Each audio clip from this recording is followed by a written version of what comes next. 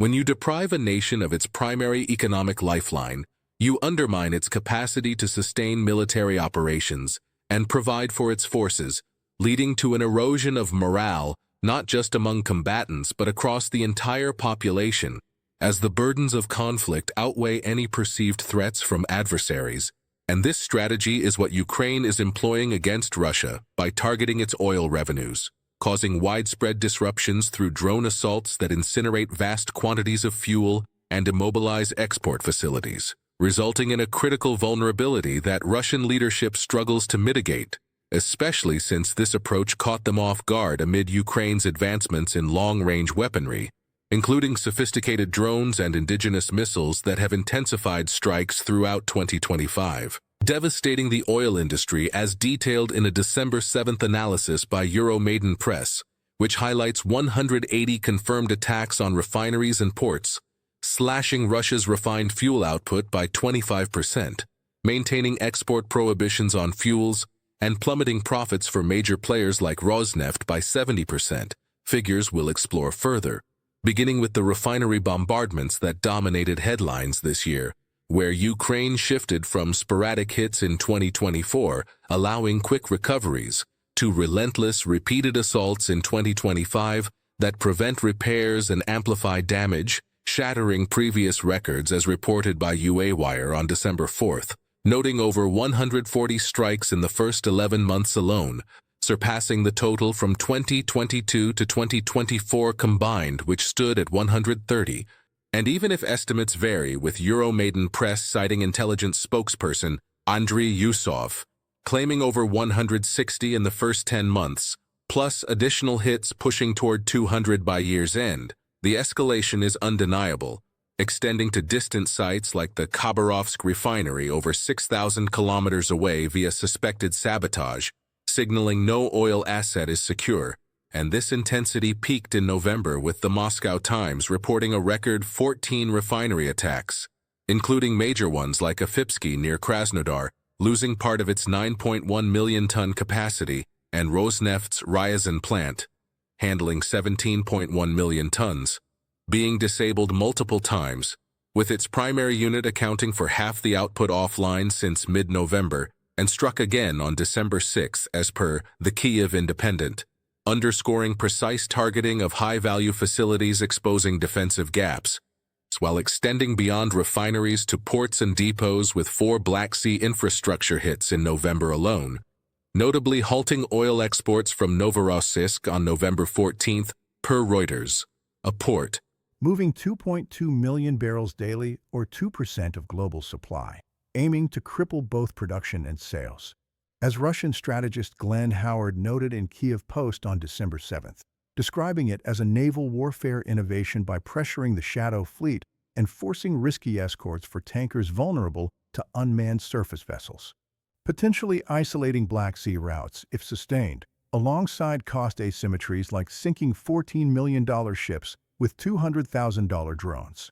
And further exemplified by a December 7th United 24 media report on an Oriol depot strike destroying fuel tanks confirmed by satellites, compounding losses when refineries can't replenish stocks, cumulatively fostering shortages as Euromaidan Press summarizes with a 20% domestic fuel deficit, ongoing export bans through year-end, and daily processing dipping to 5 million barrels likely to worsen. Corroborated by the Moscow Times on September's extension of gasoline and diesel export restrictions to end 2025 amid.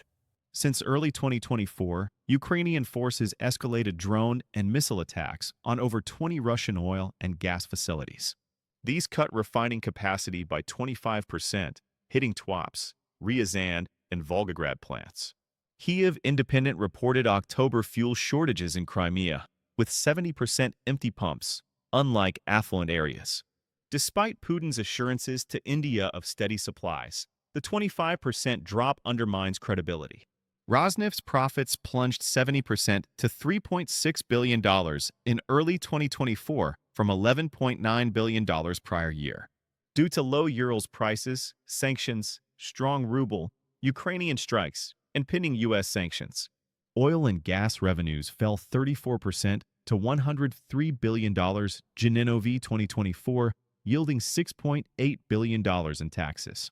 This erodes funding for Russia's war and infrastructure, creating economic challenges. Russia's shadow tanker fleet faces Ukrainian Sea Baby drone attacks, with over 20 incidents. These attacks threaten Russia's financial stability and ability to sustain conflicts.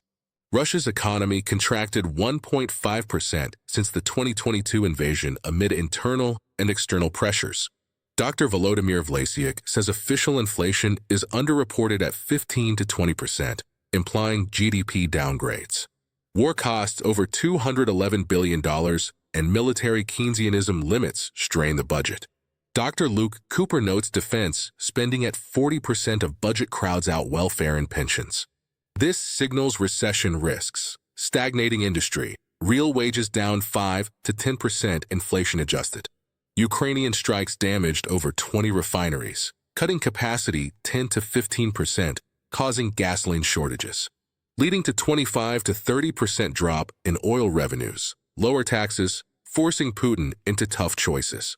Guardian Simon Tisdall warns rejecting peace deals amid public intolerance risks Putin's downfall.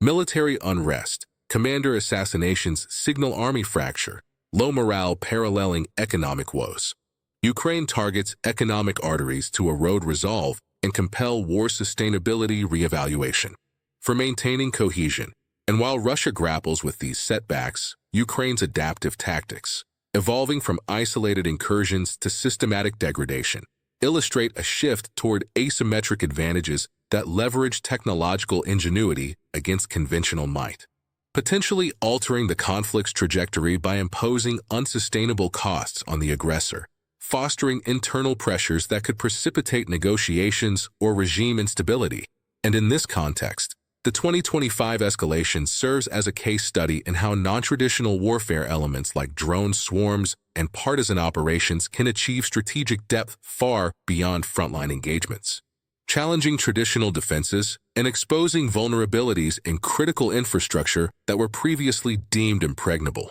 thereby redefining the parameters of modern conflict where economic warfare intertwines with kinetic actions to amplify impact.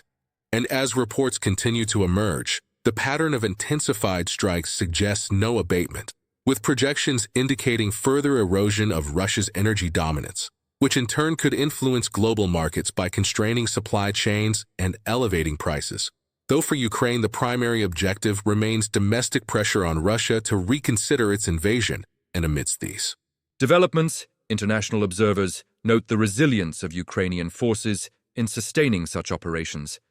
despite resource constraints, highlighting innovations in drone technology that enable precision at extended ranges, often bypassing air, defenses through low-altitude flights or stealth features. And the integration of intelligence from partisans further extends reach to remote facilities, ensuring comprehensive coverage of Russia's vast oil network from the Black Sea to Siberia, where even isolated incidents like the Khabarovsk fire underscore the omnipresent threat, compelling Russia to divert resources toward protection that might otherwise support offensive capabilities, thus creating a resource dilution effect that compounds the direct losses from strikes, and economically, the cascading effects manifest in not only reduced export revenues, but also increased domestic prices for fuels, straining household budgets and industrial operations, potentially sparking inflationary spirals that peace reps analysis already questions in official figures, suggesting hidden deteriorations that could accelerate recessionary trends, and for Rosneft and similar entities, the profit slumps reflect broader sector woes, with sanctions layering additional barriers to international trade, forcing reliance on shadow fleets that are themselves under assault, creating a vicious cycle of vulnerability where each successful Ukrainian operation heightens risks for remaining assets. And as ports like Novorossiysk face repeated disruptions, the logistical bottlenecks extend to global shipping, where tankers, hesitant to navigate contested waters, demand higher premiums or avoid routes altogether, further isolating Russia's market access and diminishing its leverage as a major energy exporter, which historically funded much of its geopolitical ambitions, including the current conflict. And in this light, Ukraine's strategy aligns with historical precedents, where economic attrition has precipitated military withdrawals or political changes, such as in prolonged sanctions regimes or blockade tactics, adapted here to a hybrid warfare model that blends cyber, kinetic, and economic elements for maximum efficacy. And while Putin projects confidence through statements on uninterrupted supplies, the underlying data from independent outlets like the Moscow Times and Euromaidan Press paint a stark contrast of declining capacities and mounting shortages, particularly in strategically vital regions like Crimea, where fuel limitations could impair military mobility and resupply, indirectly weakening frontline positions without direct engagements. And this indirect approach minimizes Ukrainian casualties while maximizing adversary strain, embodying the principles of attritional warfare that favor the defender in asymmetric scenarios. And as 2025 draws to a close with strikes showing no signs of waning, the anticipation for 2026 involves potential escalations in drone capabilities or international support that could further tip the balance. Though Russia might counter with enhanced defenses or diplomatic maneuvers,